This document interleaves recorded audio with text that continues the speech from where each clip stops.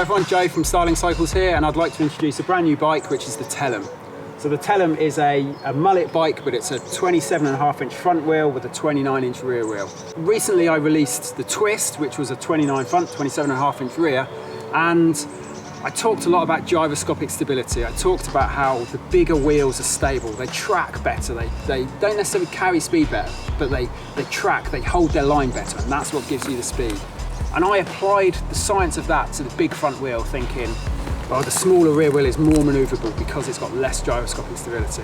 But I think I was sort of misled in the way I applied the science. I was applying it to an existing solution. And I started from the start again and thought, how do we properly do this? And really, we want a small manoeuvrable front wheel that we can move in and out, pop in and out of ruts, help us move around. And then the rear wheel is the one that just follows through. So you want the rear wheel to be the big, stable wheel.